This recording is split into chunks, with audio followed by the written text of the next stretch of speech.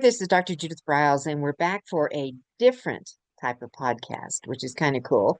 Our guest has been with us here before, so let's just kind of kick it off like I like to do with a quote from my book, because this really does kiss on marketing when you see what the topic is as we get into it. But the quote from Snappy, Sassy, Salty Success is, when it's quiet, it's the time you can hear the loudest. Softly and slowly, your, your creativity will sing to you.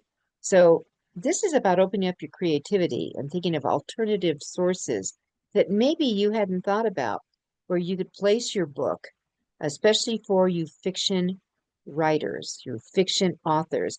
And if you have a location, a historical bent to it, this is going to open up a whole new world of what you can do. And the cost is, oh my God, the cost is so much free. So here we go. We're going to back with us is Jackie Lapin. And Jackie is known for her PR moxie, her things to do with publicity under her consciousmediarelations.com website. But she is now coming to us as the historical traveler in chief to talk about how you can move things into another direction that she probably hadn't even thought about a few years ago. But it's opened up a whole new realm for her books, and the authors she works with. So, Jackie, welcome back. Thank you, Judith. This is great. I'm so excited to be here. I know. Well, as soon as you said historical, since I'm writing historical fiction now, my ears perked up on that, and so I thought, okay, and I just got a fabulous. This is a brag.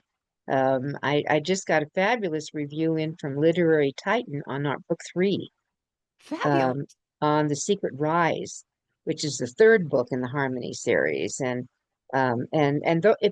those of you who are writing, publishing, have books already in hand, if you don't know about Literary Titan, which does cover both fiction and nonfiction, but started off with really the fiction realm, they have a very cool deal that when you enter for their review, and it's a very detailed review they do, they read your book.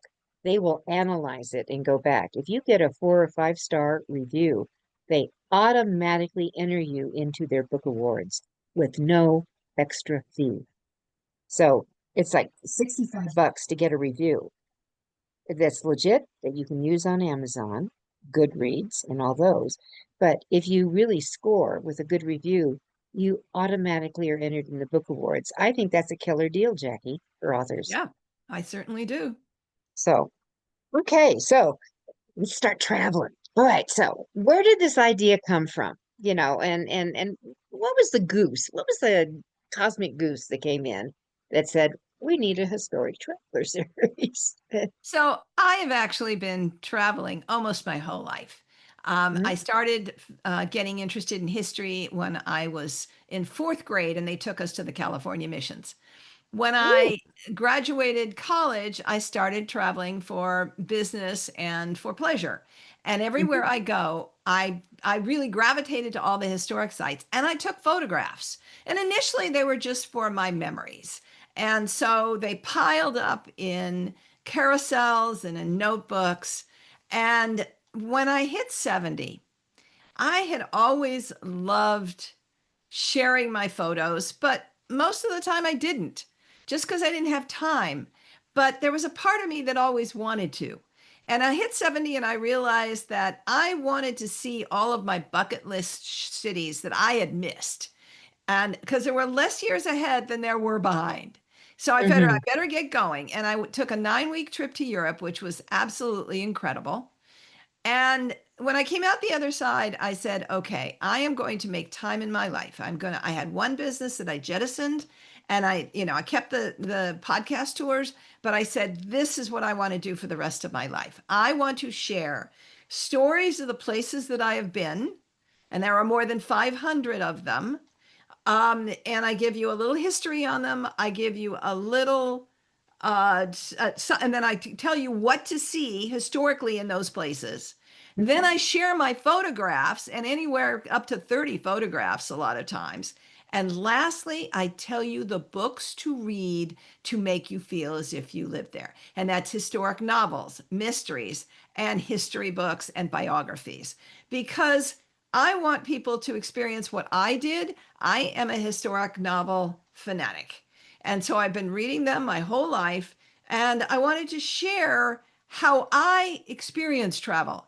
I will read the books. And if I don't go right away to that place, at least I have this background knowledge so that when I go to that place, I know what I'm looking at. I understand why it was created here. I understand in that very room what happened. You know, for example, in Holyrood Palace in Edinburgh, this was the room where Mary, Queen of Scots' secretary was murdered in front of her eyes, and I'm standing in that room recreating in my mind what happened. But so if you don't read before you go, and whether that's one of these kinds of books or a guidebook, and we have a directory of insight guides on our book and on our site, which is the best guides for history lovers.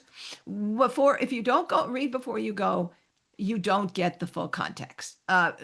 Tour guides only give you so much.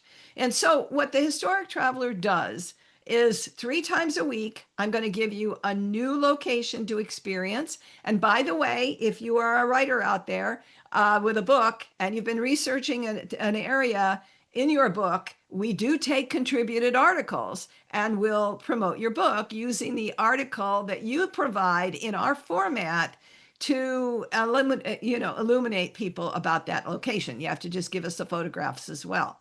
So we've got a lot of contributors and not just me now. And then from that, we decided that we wanted to have more. And so when you come on the site, you're initially going to see the articles, but there is way more. And we created a membership so that we can really aggregate all the people who love history, historic novels, and travel all in one place.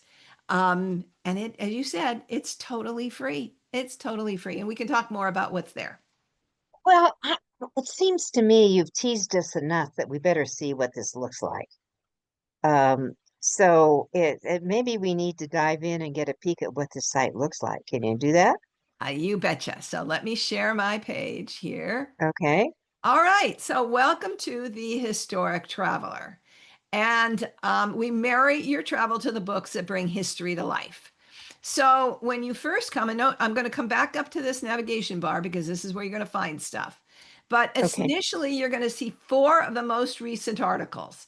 And so right now, I report on my opportunity to not only visit, but sponsor the Historic Novel Society of North America and some of the incredible authors that were there who I'm actually interviewing for on the site and our magazine. And so you're going to get to meet people like Kate Quinn and Fiona Davis and Madeline Miller and some of the top best-selling authors today.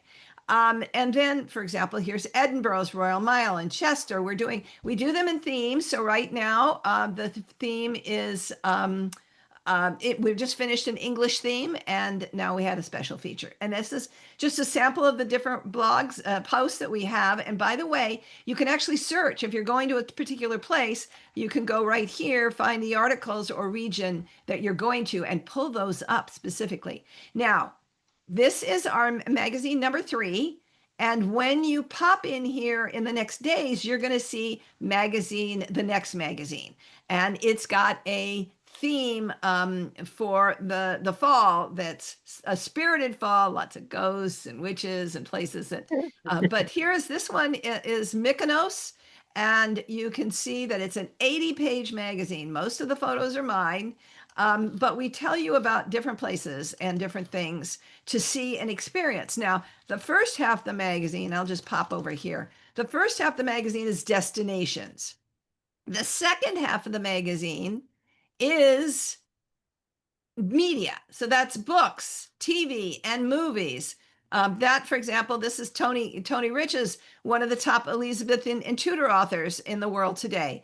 And so this is our second front page that introduces the media section. So that just gives you an idea of the scope of the magazine. It is full and rich. It's even got quizzes in it, and it's got really fun stuff.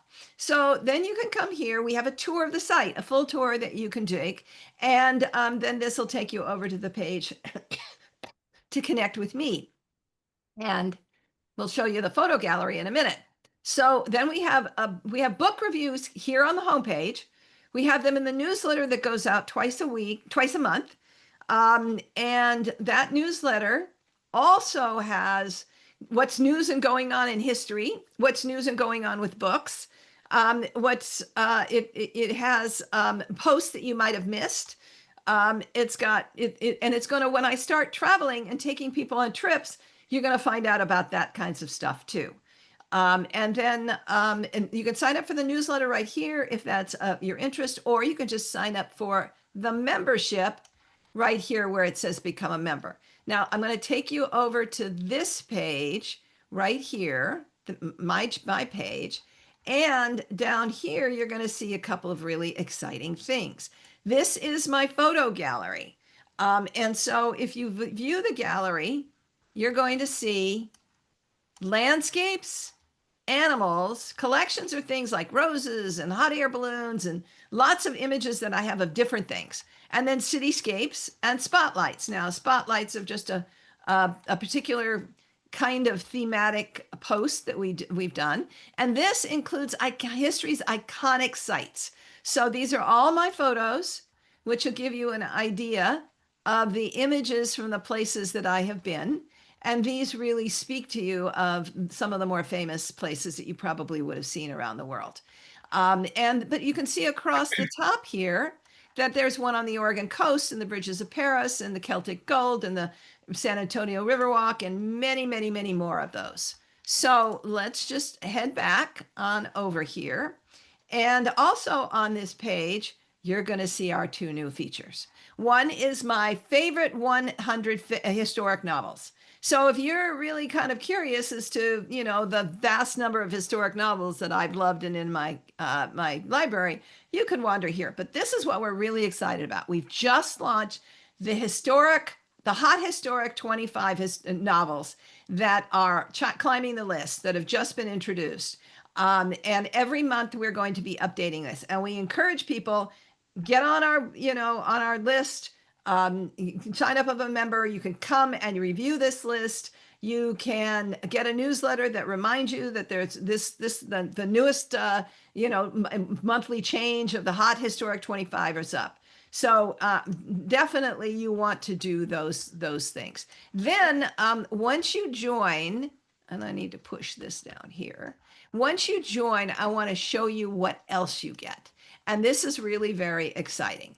The first thing is we have an interactive community. We have a book club that will start up again right after the first of the year. We have a community meeting once a month. We have an ongoing bulletin board of all kinds of cool stuff and activities and, historical facts and member chatter and stuff like that. The magazine, of course, is here, but here are the directories. And this is what really makes us special. Here you can get a directory of 8,000 historic novels sorted by country, city, or state. 8,000. Whoa. 8,000. So you can figure out if you just love English, English, or you just love Renaissance period, you can find them by sorting through this. You can also, if you could read before you go. So, or you want to just see what in order of a particular author, what were their sequence that you can, read the first one, then the second, and then the third. So this is a great resource. The next thing is a directory of historic TV dramas and where you can see them. We just added a bunch more this week, but they go all the way back to roots and where they're now viewable. Then we have a massive directory of historic hotels around the world. We have that directory of travel insight guides, over 200 of them right here. And then we have a directory of historic films, the top 200 by era. And we're always adding to this list too. And we encourage, by the way, people to come in here. If they don't see a film that they love or they don't see a book that they love, you can add it. So we welcome people to contribute as well. This is a two-way street. In the next month or so, you're going to see our directory of historic museums. Then we're going to give you a directory of historic restaurants. And then lastly, something you shouldn't miss is we have an exclusive travel concierge. This company will actually book you at no charge. So if you know how hard it is to find a travel agent today? I mean, it's next to impossible. And most of them will charge you. These guys won't. They will book those trips for you. And so I encourage people when they become a member to take advantage of this. And then, of course, the last fun thing we do is we have fun merchandise. And now, if you haven't seen our logo really closely, our logo has actual landmarks in it. It's got the London Bridge, Big Ben, the Christ in Rio. It's got a wagon wheel, an iconic column from Greece. It's got the Eiffel Tower and the Leaning Tower of Pisa. So it's a fun logo. And then we also have what we call our girlfriend abroad and boyfriend abroad product items with products on them. So it's really kind of fun. You get to experience the historic traveler in numerous ways. And this is just the beginning. I am going to be taking people traveling. We are going to be adding lots of partners. And by the way, if you are booking, by the way, each of our posts has a Viator recommended on it. So if you want to go into that city, we'll tell you which of the tours that you should take to experience what we've written in the post. But also when you get up here to the top, over here, if you are just looking for resources, this is a page that we have all of these travel partners on. That, if you're looking to take advantage, you want Discover Cars, which is cheaper than just going to a lot of the car companies. Rail Europe. There's just if you want to rent bikes around or e-bikes, we've just got all kinds of resources for you. So I want to encourage people to come on over here and get to know us. And again, there's no cost to any of this. So, and by the Very way, cool. So let's come back to Mhm. now you have getting there. I mean, how far back do you go historical? How far back? Oh, I mean, we've got books in there that are like Gene Owl's books, which are prehistoric Way time. back. Yeah. Right. So you've got those. So everyone who's listening, watching in here, you're covered here.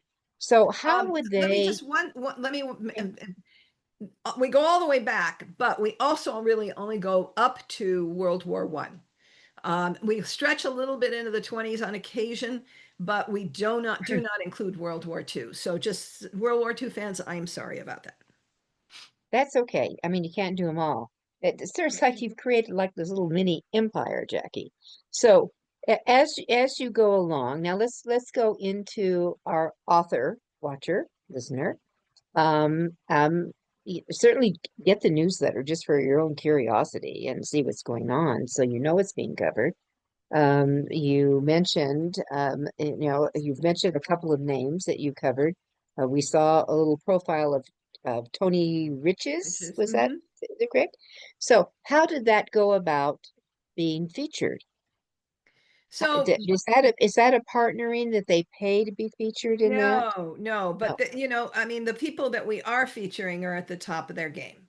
Hmm. They're New York Times bestsellers or the top Amazon sellers. Tony, I'm a fan of his books. I get them on Audible and on Mm. on my Kindle. I've read them for some time, and I just took a shot and reached out to him and said, would you be willing to be interviewed for me? And he responded back, and he was just delightful. And then Fiona Davis is going to be the next one that's coming up Mhm. in this issue, the Spirited Fall edition. And I met her at the Historic Novel Society.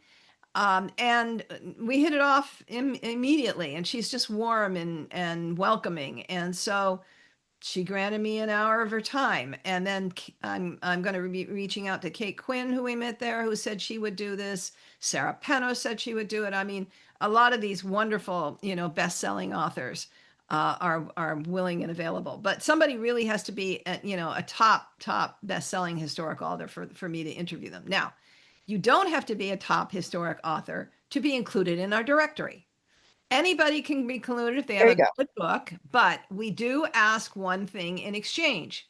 Here's the price. The price is you tell your community about the historic traveler.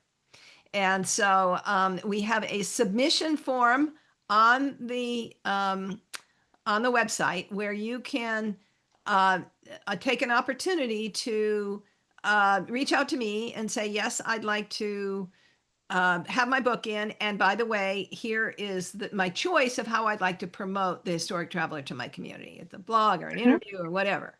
So that's the only thing that we do ask, is that it's an exchange. We'll take you in if you will tell your people. Now, also on that same page are sponsors or publishers who are interested in promoting their clients' books Mhm. to our community. We have a package for sponsors and a package for publishers and authors. And it includes, we'll do a post, we'll include the directory, we'll do an advertisement on the site, we'll put you in the newsletter. I mean, social media, there's a whole bunch of stuff that goes along with that if you come in as a sponsoring author or publisher. Um, Mhm. and also, if you're going to contribute articles to us which promote your book, there are editorial guidelines. So, you can go into that page, and it's called Partner with Us. And then you can, um, take advantage of any of those opportunities. Well, it sounds, for those of you with us today, that it's you're always looking for something that's different. You're hearing more and more for people saying, the organic reach has changed so much. In fact, it's non-existent for a lot of them. So you've got to look at different avenues, how you can show up, how you can interact, finding in people. And as I said at the beginning of the show, that one of the things I love about bookstores is people like books who come in them. So what we're talking about, if you have a book that fits in before World War II, let's just say that before World War II, this could be the perfect thing for you to come in and it certainly get your book in the directory. So, and where do you have a template for them to use, or is it just a form they fill out, Jackie? It's the form they fill out that starts the conversation. Hmm. And So if it's they're contribute an article, they need to first send me an email, tell me what they're interested. When I approve it, there's a form there that they will actually submit their content through. hmm. And is it an article that would be about the book or the scenario No, or about them the writing the article book? would be about What are the articles about?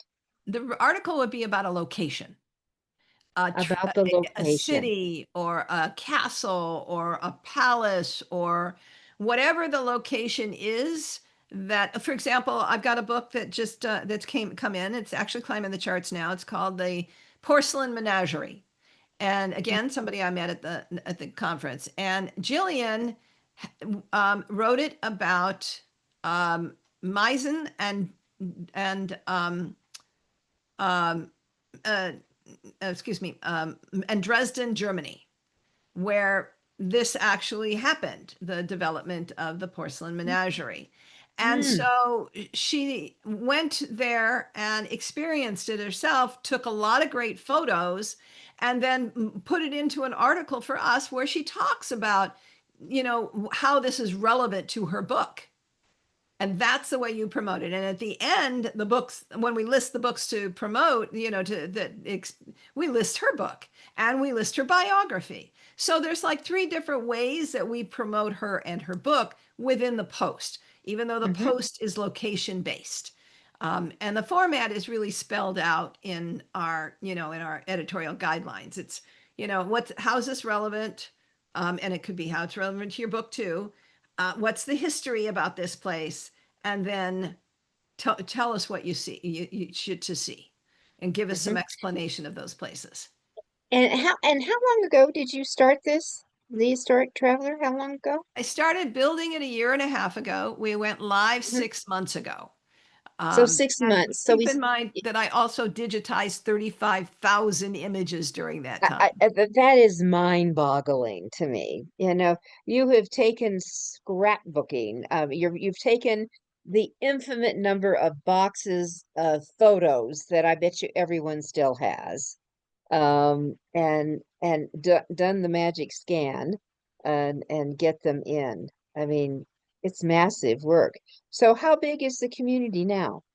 That's you grew for 6 months, you were at zero. Where are you? How many About how many members are there? about 400. So it's growing It slowly is. and doing that, and that I'm going to encourage all of you, get on the newsletter. Just go to the historictraveler.com and sign up for the newsletter so you can see what's going on. And I'll tell you what, you're also going to get ideas on how to even present yourself and push out, that you'll see with some of these articles that they've written. For those of us who do fantasy historical fiction, so and I'm in that category, all right. So that we take a place like we have Paris is part of ours, Marseille in France, before it was called France, is part of us, and we created a whole new community. I mean, we just made up a whole new community for where we needed to drop our protagonists in. I mean, there's different ways to do this, that you can connect it with the real, and then I'm assuming, Jackie, you can guide on how to get that fantasy side in it, because it didn't exist. But the rivers did. I mean, all the locations around there did. Flash flooding did. So anyway, so you have that. All right. So I love the idea that you went to Historical Society and just really started talking with these people. So you know what she's doing and what you need to do. This is part of your homework. This is your investment in your marketing and going forward. You've got to go and hang out where people that you're marketing to are hanging out. It's really important. It's really important to do that. So, you mentioned your top 20, was it 25? Your historical hit list? Yeah. How much does that change? What would have been on that list maybe 5 years ago that isn't there now? Oh, that's a good question. Well, interestingly enough, somebody who'd gone dormant for a while, Philip, a couple people that are going dormant, and they aren't on this one, but they'll be on the Christmas list that we haven't heard from in a long time have come back. Philippa Gregory has a new book out. Mm-hmm. That'll be on the December list. Um, Wilbur Smith has a new one in his Egyptian line. He hasn't touched that line in 10 years. And so that's kind of what's really interesting to me. So those kinds of people have been off the charts. I'm just trying to think who else was on the Hot 25 this time. Um, hmm, mm, mm, mm. Well, so here's a number of the gals that I met at the Historic Novel Society have risen in the interim, like Fiona Davis. Fiona Davis writes about historic landmarks in New York City with dual timelines, a woman in this period of time and then another time period. Hmm. And then and they're fascinating. And her Lions of Fifth Avenue, which is about the New York Public Library set there. That book was a Good Morning America pick, which just propelled her books massively. And now she sells millions per book. Her latest book is called, and that's on the list, and it's called The Stolen Queen. It's about Mm-hmm. the Metropolitan Museum, and it's also Hmm. set in 1930s Egypt. Um, Mm-hmm. so she's the one that we feature in the next magazine. But also, Kate Quinn is coming out with a new book.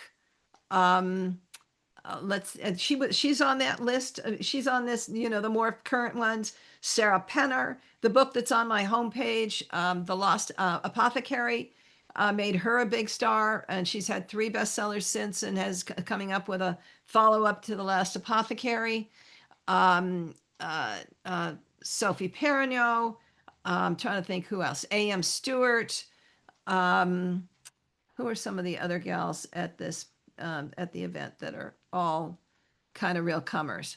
Now, one gal that has again talking been out of the limelight for almost 15 years is actually researching a new book, and that is Margaret George. She's one of the OGs in female and historic novelists, and with some fabulous books on Mary Queen of Scots and Henry VIII and Mhm. Nero, and she did a 3-book series on Nero. And she's actually Can researching imagine. a period piece of Washington D.C. So there's a lot of these people.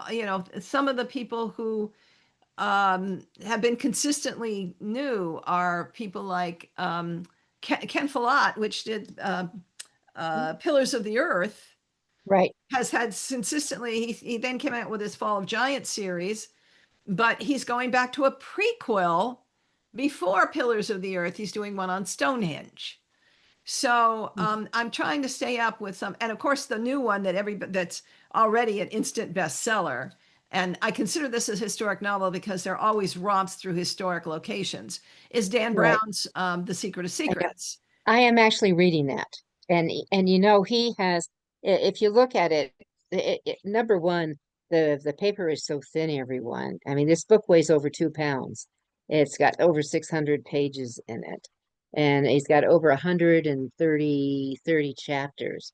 But here's what I really like about it. He's gotten away from where he had longer chapters. He's gone that some of these chapters are 3 and 4 pages. So, I'll sit down and right now he's my read before I go to sleep person, Jackie. And I'll go get 3 of them. Okay, I'm caught up with Robert Langdon. Okay, what's going to happen to Catherine? All right, then I can let it go, go to Well, sleep. But it is a page turner.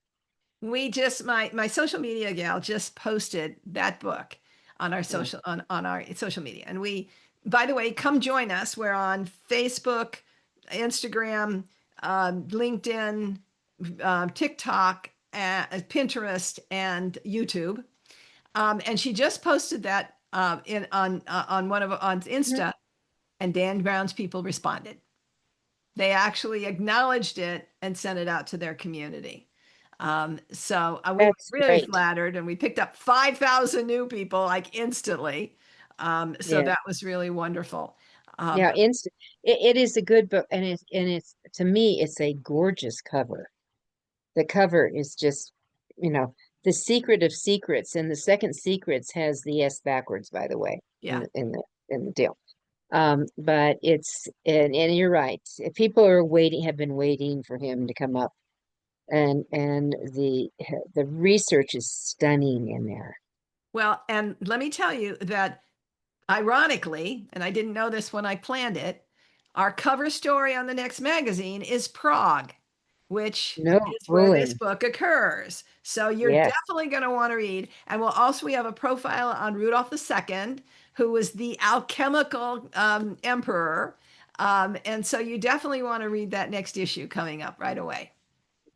All right, so hopefully we've teased you this is you're entering October is the big book sign, big book. And so all of you authors, you should be thinking, what can I do? Can I coattail onto a Dan Brown? Those of you, for example, the comparables, that if your posters like Jackie has reeled off several historical novelists, best-selling novelists. Are you writing historical novels?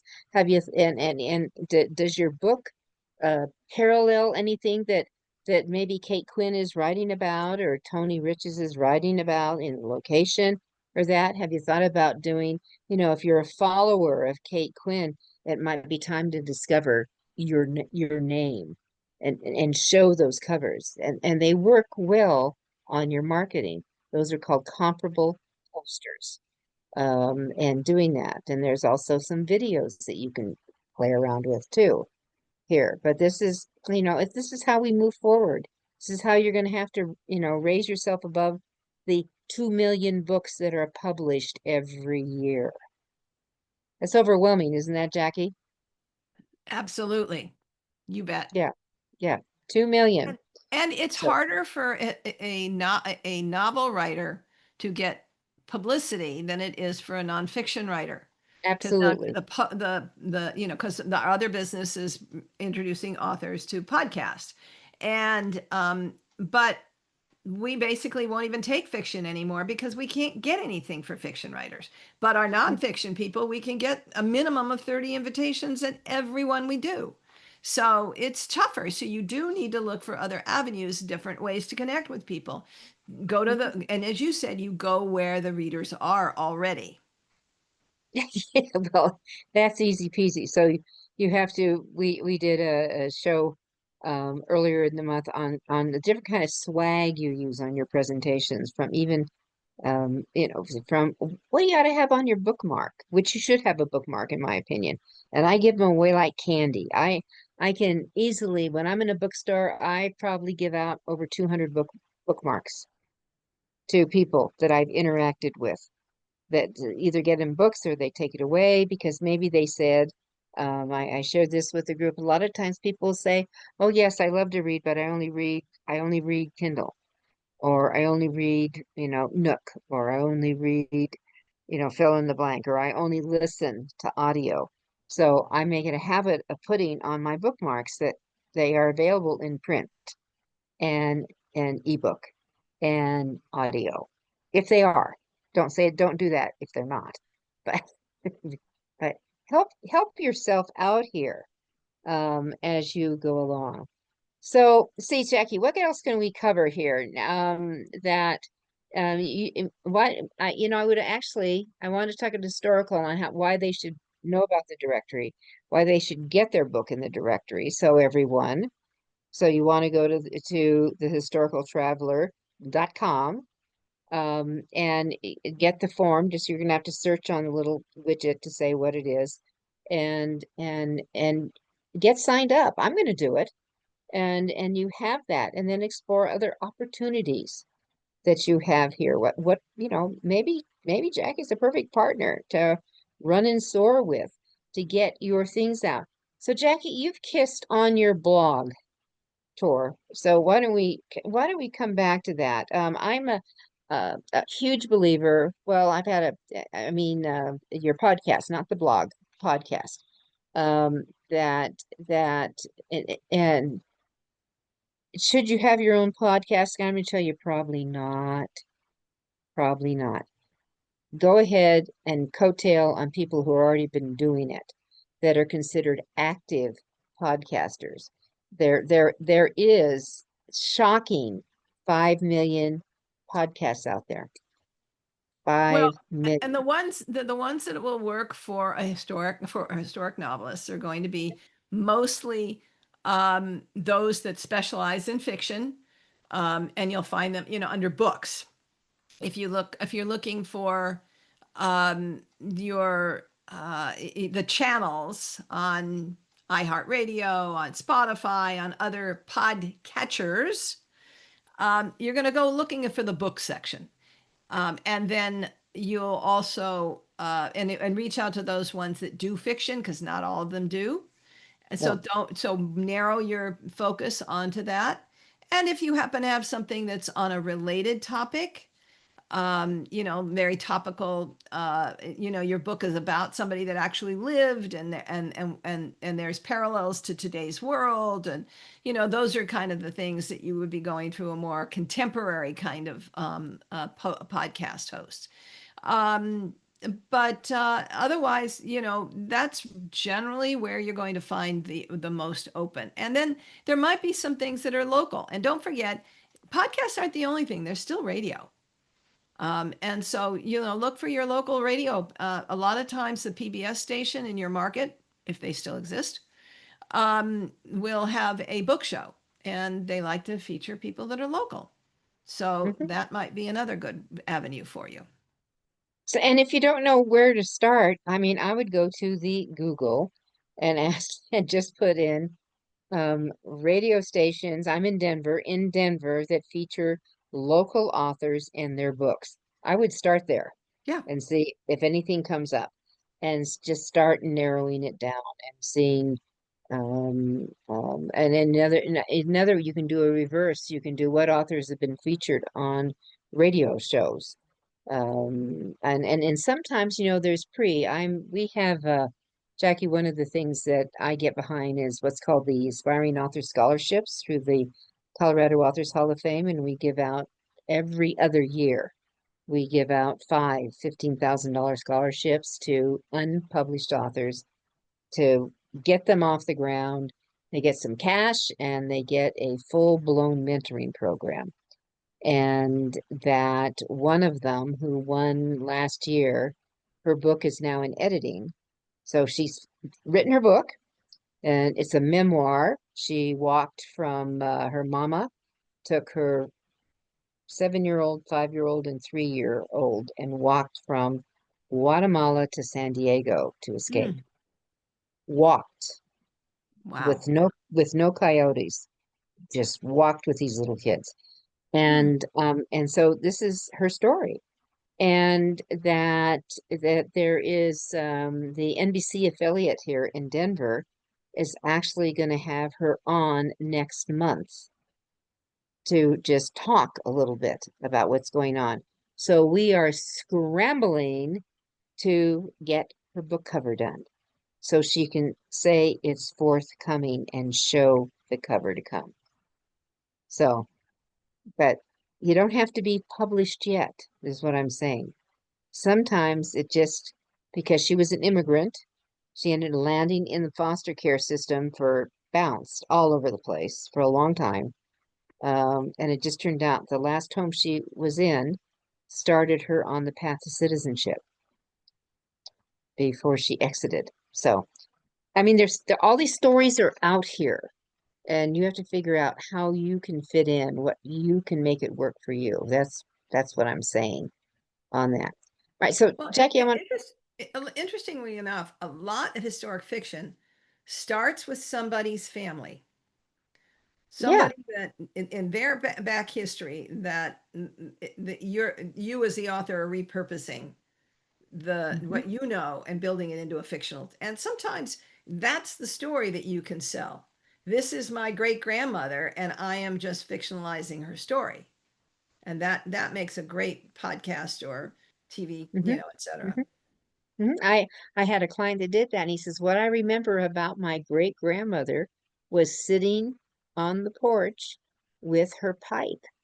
She was Indian with her pipe, and doing that. And one of the challenges he had, so much because of some of these historic rules, is that a lot of the natives didn't register with the government related areas because of the issue of trust and the like. So therefore, because she didn't register, that the community that he is definitely part of does not recognize him as an official tribe person of that tribe. It's crazy to me. It is it is crazy to me. So, Jackie, I have a question for you. Here you have this level travel. How many countries have you been in? Been close to 50. 50 of them. Of all the countries you've been in, do you have one that you love the most? I love much of Europe. I mean, Europe. the UK, Italy, France, would probably be my top. Hmm. But I adore Prague. I love Vienna. I love Croatia. There's just so much. Anywhere there's good history, you'll find me. Now, I certainly have traveled elsewhere, but Europe is what calls me the most. I've been Hmm. to Asia, I've been to Africa, I've been to Australia, New Zealand, Canada, Mexico. The one place I probably haven't been much, I've been to Mm. Asia. The place I haven't been much is South America.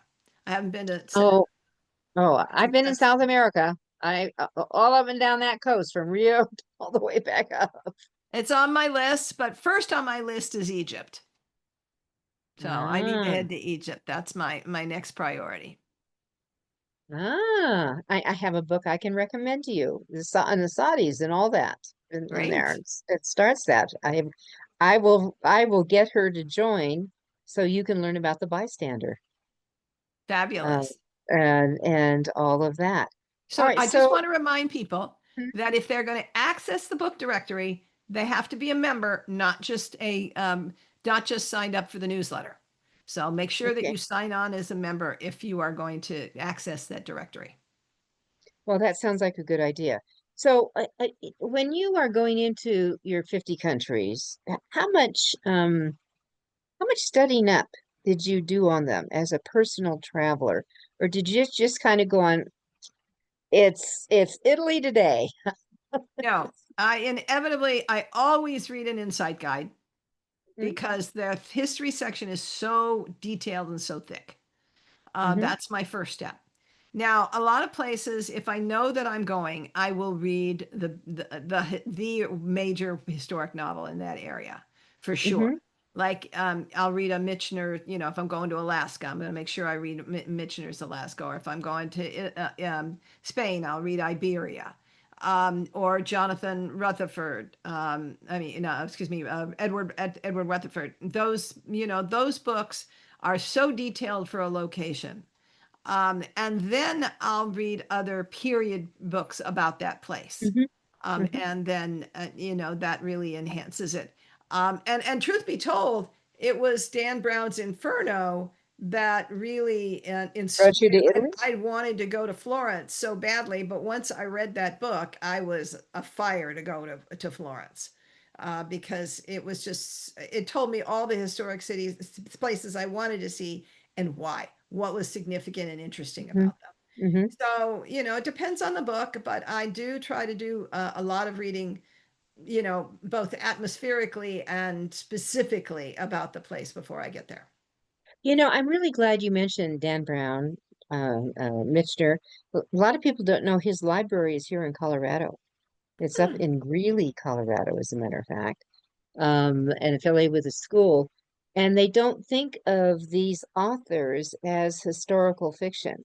They just think of them as fiction, where they really are setting a platform and a stage that reveals so much, that's part of it. And there was an interview I just saw with Brown where he talked about the mega amounts of research he had to do for the Secrets book.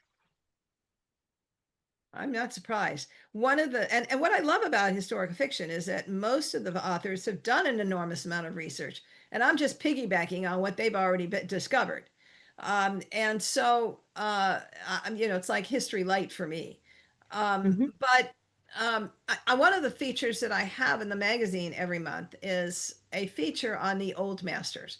Many of the really great historic novelists that have gone out of the public eye. And if you're a history reader, history lover, you should really go back and read them. And that's, it's people like Michener, Leon Uris, um, Irving Stone, um, Gore Vidal, who is famous for a lot of other reasons, but his historic novels are really good.